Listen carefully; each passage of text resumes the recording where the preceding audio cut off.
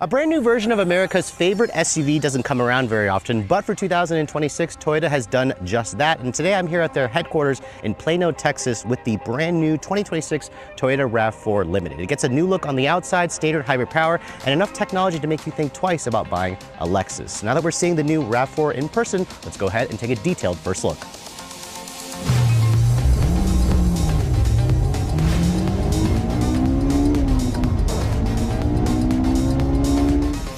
Now, before we start talking about the brand new styling for this 6th generation RAV4, let me go ahead and talk about what's going on underneath the hood, because Toyota has basically gone the same route that we saw in the new generation Camry. Now, I also want to point out this model that we're showing you specifically here is the limited grade. It's part of basically the core trims, offering up the LE, XLE, and the limited. We'll do a separate video on the more rugged woodland trim, and of course, there's a separate video on the GR Sport. But for this, limited trim, let's go ahead and talk about what the powertrain offerings are here. Because if you guys are looking for electrified power, you're in luck, because every RAV4 is going to come standard with the company's 5th generation Toyota hybrid Synergy drive system. So that combines essentially a 2.5 liter naturally aspirated gasoline direct and port injection 4-cylinder. It either is assisted by 2 or 3 electric motors, depending on whether you want to go for a front-wheel drive, which is technically new for 2026, or the available all-wheel drive. Last year's RAV4, if you got the hybrid, came standard with all-wheel drive. Toyota says they've increased the output because it's now running on the 5th generation hybrid system. You get 226 horsepower on the front-wheel drive versions and 236 horsepower when you guys go for all-wheel drive. That's a pretty healthy 7 to 17 horsepower increase over the previous generation. Toyota wasn't ready to talk about fuel economy, but this powertrain in the old model would get roughly 39 mpg combined. I wouldn't be surprised to see this model do better when we get those final EPA figures. Now, Toyota also says they've improved the towing capacity. Front-wheel drive versions will tow up to 1,750 pounds. However, if you guys go for the all-wheel drive higher trims, Toyota says they've increased the towing capacity to 3,500 pounds, which should definitely help a lot of owners who actually plan to tow with their RAV4. We don't have any performance figures just yet for 0 to 60 or for the top speed of the vehicle. We also don't quite have the curb weight figures yet. The old RAV4 was around 4,000-ish pounds. I wouldn't be surprised to see this new one get a little bit heavier. But let's go ahead and close up the hood here, which, as you can see, is still held up by a prop rod, and talk about the rest of the styling, because now that we have the vehicle in a different environment outside as opposed to in that harsh studio environment, we can go ahead and take a look a little bit more closely at some of the changes. First of all, this color is called Storm Cloud Metallic. We've seen this color on other Toyota models before. The limited trim, of course, has the core styling cues here. Remember, the limited along with the XLE and the LE trim are going to have a unique front fascia. The limited also gets kind of like their upgraded version of their Hammerhead dual LED or full LED headlights, where you have an LED daytime running light, LED turn signals, LED projector beams. The grille, as you can see, has this kind of interesting combination of a closed off section with some actual functional air intake openings. Remember, the hybrid is standard across the board, which means there's an internal combustion engine that needs the cooling. But I have to point out, if you guys are looking for the plug-in hybrid model, you can't get the plug-in hybrid on any of the core versions. It's only available on the Woodland and, of course, the sport-oriented versions of the car. I also really love how there are fog lights available. A lot of manufacturers are getting rid of fog lights, but I like to see that Toyota has kept that here. The front fascia in general, to me, looks pretty similar to some of their new EV models with the Hammerhead design headlights, the kind of closed off grille design, but it's also kind of upright, very boxy still. You also get this kind of silver metallic piece here for the lower front skid plate area. No actual skid plates underneath the car. And then Toyota didn't talk about the ground clearance, but I would estimate it should be pretty similar to the old model, which is just under 8 inches. There is a Woodland version, which I'll show you a separate video on, that will have a little bit more ground clearance courtesy of its all-terrain tires. Now, moving around the side profile, you can see the profile here is a little bit boxy, but it's kind of similar to the previous generation. Remember, this car is a redesign, but it is kind of built on the same TNGA-K architecture. Toyota basically said they've redesigned the platform, increased the torsional rigidity, strengthened it, made it safer. The wheels, as you can see, the Limited is now available with a 20-inch wheel. Previously, the Limited topped out at a 19-inch wheel, while most of the hybrid models had an 18-inch wheel, but this 20 certainly looks good. I like the bicolor design, the double 5-spoke look. You have 235 by 50 R20-inch tire, all independent suspension, no adaptive dampers. At least Toyota wasn't ready to mention if that was available on any of the trims. I also appreciate there's not too much cladding along the side of the vehicle. I mean, most SUVs have that. But if you guys are looking at the Woodland trim, that's gonna have a slightly different look to it. But I think the wheel and tire package looks good. It kind of fills out the wheel wells nicely. The Limited also includes a black painted side mirror. I believe these are also power folding. You can get a 360 camera. In fact, this car comes standard with Toyota's latest Safety Sense 4.0. So now we've kind of upgraded from 3.0. They weren't ready to quite talk about what 4.0 includes in terms of the upgrades to the safety features, but we'll have that information as we get closer to the on sale date.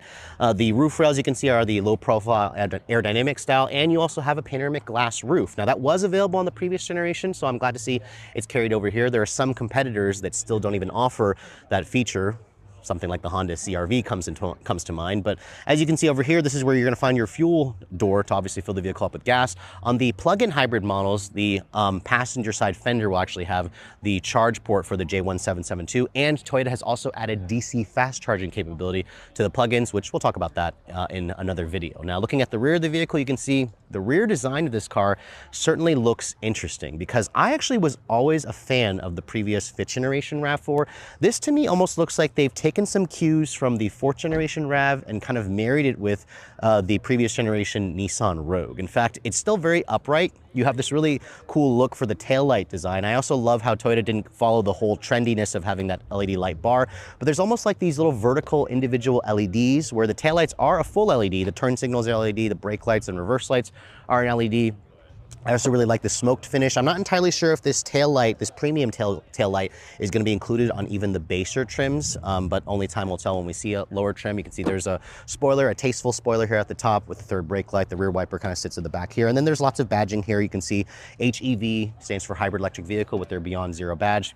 Again, all-wheel drive, because all-wheel drive is technically now an option for the hybrid. And then there's a Limited badge off to the side. There's a lot of badging, but the other thing I also noticed, just like the GR Sport, there's a really tiny Toyota logo here, which kind of reminds me of vehicles back from the 80s and 90s where the manufacturers did really small badging. So I kind of like that feature, but let me know in the comment section below what you guys think of the look of the rear of the vehicle. I actually think I may prefer the previous generation, but I also could just need some time to get used to it. The rear bumper, you can see on the Limited, has some silver painted accents. No visible exhaust tips, but there is a temporary spare tire underneath the floor. And this is usually where I would also open up the cargo area to show you, but as you can see, the vehicle is an early prototype model, so you can't actually open up the tailgate. But if you guys want to see what the trunk space is like, be sure to watch our other videos on the GR Sport and on the Woodland trim. Now moving on to the interior of the brand new 2026 Toyota RAV4. In this Limited trim, as you can see, this color combination isn't exactly my favorite. Toyota says they'll offer a choice between either a black Softex or a light gray Softex, and they also will have like a mineral color on the Woodland trim. But as you can see, this Limited grade has the black Softex with this kind of ultra suede fabric here on this little middle portion of the seat back. The seats themselves have been totally redesigned. They're heated and ventilated, which is a plus. And on the driver, you also get a 2-person memory function. The passenger seat also gets an 8-way power.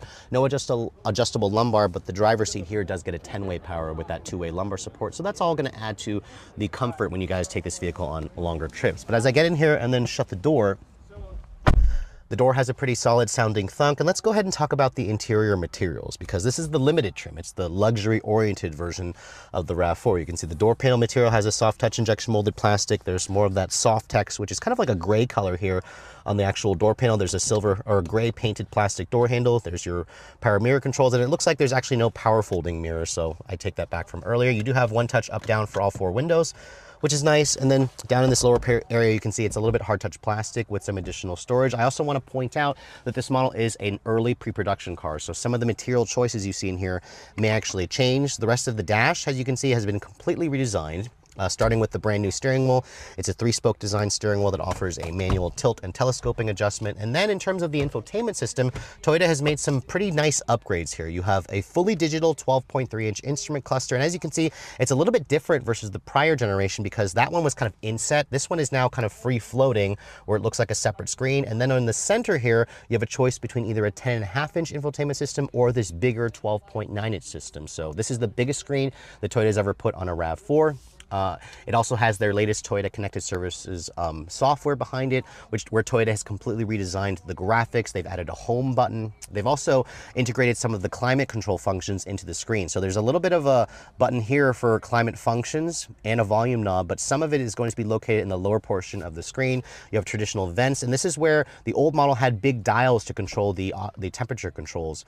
Sadly, that's now again moved to these little buttons. Instead, you have your drive mode selectors here, your EV modes, of course. You have your different modes here for your trail and snow and normal mode. So this is kind of a change, but again, it's kind of simplifying the interior layout. Although some may miss the actual knobs, you do at least still get a volume knob. You have 2 wireless phone charging pads here, which is also a plus. I believe that's only on the higher trims. Additional storage here. And then you can see Toyota has put some 45-watt fast charging USB ports right here, along with your 360 camera button. And then you can see the shifter. It almost has adopted a shifter that we've seen in some Volkswagen products, where it's this kind of like shaver, where you basically just pull this little dial down to go to drive, push it up to go to reverse, and then push the P button to go to park. Keep in mind, not all trims will get this kind of electronic shifter. We'll show you guys the Woodland and the GR Sport that has a traditional shifter, so kind of keep that in mind as well. The dashboard materials have a hard touch plastic material, so this is kind of where I'm finding issue with the interior quality. Now this is again an early prototype, but this feels very, very cheap. There's kind of some smoother plastic over here, but this is at least the padded soft text from the door panels. There's some nice storage over here. Glove box, you can see, opens up. It's a bin style. It's damped but not lined with felt. And then over here on the rest of the center console, you can see there's a nice padded center console area, which Toyota actually lets you open from both sides, which is pretty similar to what we find in some Lexus models. But there's also another touch where you can actually pull this out, which... So we figured it out, guys. Not only does it open on either sides, but if you push both of these buttons here, the latches, it'll actually allow you to remove the entire lid. And this is where you can easily just flip it over to basically give you like a little hard shelf here where you can put some items. Although I have to say, it's not the most frictionless board here, so your stuff's gonna kind of fly around. So most of you are probably just going to leave it in the normal position here, because this is where it's gonna give you a soft armrest pad. But regardless, it's a really clever feature that I haven't seen any other manufacturer do. Above me, you can see that panoramic glass roof lets in some light. It also opens up to vent air, which I appreciate. I'm not entirely sure if the pano roof will be available on other trims. The GR Sport didn't have it, and the Woodland over there just had a standard sunroof. But overall, the visibility is good. The interior quality seems pretty average, and the audio system in this model is also should be their JBL 9-speaker premium sound, although this model doesn't have the branding for it because it's an early prototype. I'm not entirely sure where the audio system availability, the premium one, will be available. But if you guys are also curious, a head-up display is available if you guys go for the limited hybrid all-wheel drive trim or the plug-in hybrid XSE. Those are the only 2 trims to offer the head-up display. Which sadly this model is missing that feature, which it could be missing it along with the JBL sound system. But overall, as you can see, the interior certainly has a lot of the utilitarian space that people expect, and it also has a big upgrade in technology. But if you're looking for a more luxurious cabin, you may want to check out its competitors, but at least Toyota got the touch points right, and the seats are among the most comfortable you're going to find in the segment. Now moving on to the back seat of the 2026 RAV4 Limited, you can see we don't have final specs for the vehicle yet. However, because the car is roughly the same size as the previous generation, I wouldn't expect it to stray too far away from like the 38 inches of legroom we had in the old model. You can see the seats have the same kind of soft text material. They have a perforated leather. They are just a 1-level heated function that's included, of course, on the Limited trim, and you can also recline the seat ever so slightly, and you can also fold the seat down to create an almost flat load floor. Remember, the battery pack for this model lives underneath the back seat of the vehicle, but you can see the flat floor that it almost creates should be pretty nice if you guys plan to use this to haul a bunch of stuff. Now getting back here, you can see, let's go ahead and close up the door and talk about the materials. Just like in the front seat area, you have a soft touch injection molded plastic, which is a nice touch. More of that soft text in the gray painted plastic door handle, along with the window controls, which are 1 touch for all 4, and they're also illuminated, which is nice. Additional storage over here, of course. And then in terms of the front seats, I actually like the way they're sculpted because they don't take up too much knee room space. You also have 2 storage cubbies here, like I mentioned earlier, single level heated seats with 2 15-watt USB-C charging pads, along with rear seat air vents, which is a nice touch. The floor here is not completely flat, obviously, but there's plenty of space for me to stretch out, and I can also cross my legs pretty easily. This is not the biggest back seat in the segment, but it certainly is pretty usable, and it's also very much average. If I fold this down, you can see there's an armrest with 2 cup holders.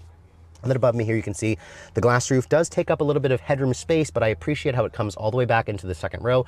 This area is the only part that actually opens up to vent air, but at 5'7", I have a solid maybe 2-3 inches of additional headroom clearance. So again, for those of you who are coming from the old RAV4 into the new one, this should have pretty similar amounts of rear seat space. Now, with over 475,000 units sold last year, the RAV4 was without a doubt the best-selling non-pickup truck here in America. This outsold a lot of its rivals by as much as 100,000 units. Even something like the CR-V was just over 100,000, or just over 400,000 units. So clearly Toyota has the winning formula right for the RAV4. This is one of the first compact crossover SUVs to come to America back in 1996, and the company essentially wanted to play it safe, but they also wanted to elevate the RAV4 into the modern era, because while the old model was still one of my favorite vehicles, especially if you guys were looking for an electrified version, it was starting to lag a little bit behind in terms of technology, and some competitors were starting to catch up to it in terms of range and the powertrain specs. So after finally seeing the brand new RAV4 in person, specifically this limited trim, this is going to be the core model. A lot of people tend to buy a limited or an SE or an XSE trim level. Unfortunately, Toyota didn't have an XSE or an SE for us to see in person. We'll be hoping to see one of those vehicles sometime later this year. We also should be driving this car sometime in early October.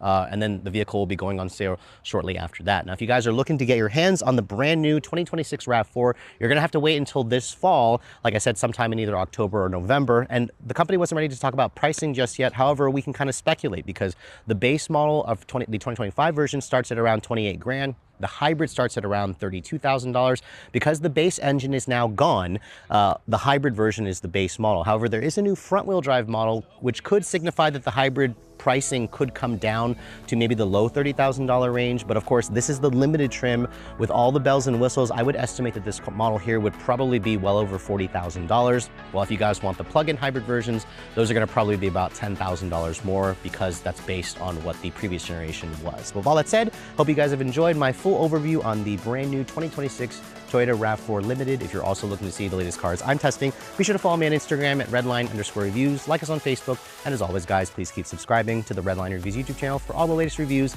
Thank you so much for watching. I'll catch you all in the next video.